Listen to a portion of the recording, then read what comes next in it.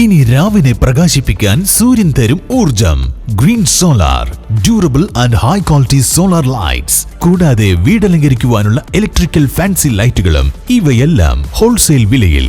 Green solar, Yatheemkhana road, near BSNL office, Cheruthuruthy.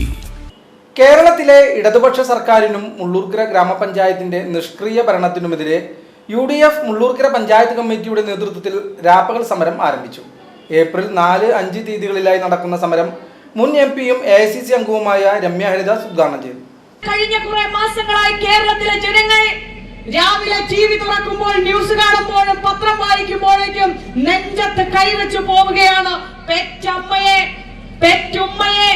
സ്വന്തം ഉദരത്തിൽ ആ വേദന മുഴുവൻ സഹിച്ച ആശുപത്രിയിൽ ഒരു കുഞ്ഞിന് ജന്മം കൊടുത്ത ഒരു അമ്മയുടെ കഴുത്തിൽ ഷാള് കുരുക്കി ആശുപത്രിയിലേക്ക് പോകുന്ന പേര് പറഞ്ഞ് കടയിൽ പോയി പുതിയൊരു ചുറ്റിക വാങ്ങിക്കൊണ്ടുവന്ന് പെറ്റമ്മയുടെ തലയടിച്ച് പൊളിക്കുന്ന രീതിയിലേക്ക് കേരളത്തിന്റെ യുവാക്കൾ മാറിയിട്ടുണ്ട് എങ്കിൽ, അവന്റെ ഞരമ്പിലേക്ക് ലഹരി എത്തിച്ചു കൊടുത്തിട്ടുണ്ട് എങ്കിൽ അതിന്റെ ഏറ്റവും വലിയ ഉത്തരവാദി, അതിലെ പ്രതി ആരെന്ന് ചോദിച്ചാൽ കേരളം ഭരിക്കുന്ന മുഖ്യമന്ത്രിയും ആഭ്യന്തര വകുപ്പ് കൈകാര്യം ചെയ്യുന്ന സഖാവ് പിണറായി വിജയനാണ് എന്നുള്ളത് ഞങ്ങൾക്കറിയാം. ആ കുഞ്ഞുങ്ങൾ പ്രായമായിരിക്കുന്ന ഒരമ്മ, എന്റെ മുൻപിൽ ഒരു വീട്ടിന്റെ ഉമ്മറത്ത് ഒരു പ്രായമായിരിക്കുന്ന ഒരു അമ്മ ഇരിക്കുന്നു.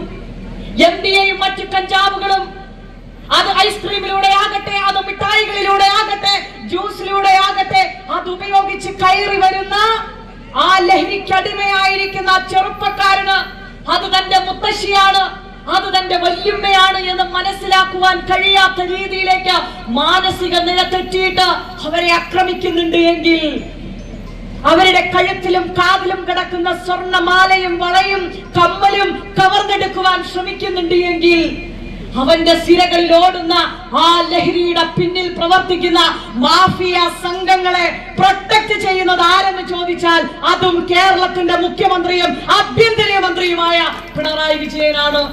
കേരളത്തിലെ ത്രിതല തദ്ദേശ സ്വയംഭരണ സ്ഥാപനങ്ങളുടെ പദ്ധതി വിഹിതം വെട്ടിക്കുറച്ചതിനെതിരെയും കേരളത്തിലെ ത്രിതല തദ്ദേശ സ്വയംഭരണ സ്ഥാപനങ്ങളിലെ ഫീസ് വർധനവിനെതിരെയും അധികാര വികേന്ദ്രീകരണത്തിലൂടെ ത്രിതല പഞ്ചായത്തുകൾക്ക് ലഭിച്ച അധികാരം കവർന്നെടുത്ത് അട്ടിമറിച്ചതിനെതിരെയും ആശാവർക്കർമാരുടെ സമരം ഒത്തുതീർപ്പാക്കുക, അംഗനവാടി ജീവനക്കാരുടെ സമരം ഒത്തുതീർപ്പാക്കുക, മുള്ളൂർക്കര ഗ്രാമപഞ്ചായത്തിലെ CPIM നിഷ്ക്രിയ ഭരണം അവസാനിപ്പിക്കുക, പുതിയ വാർഡ് ഡിവിഷൻ നീതിപൂർവമായി നടപ്പാക്കുക തുടങ്ങിയ ആവശ്യങ്ങൾ ഉന്നയിച്ചാണ് രാപ്പകൽ സമരം ആരംഭിച്ചത്.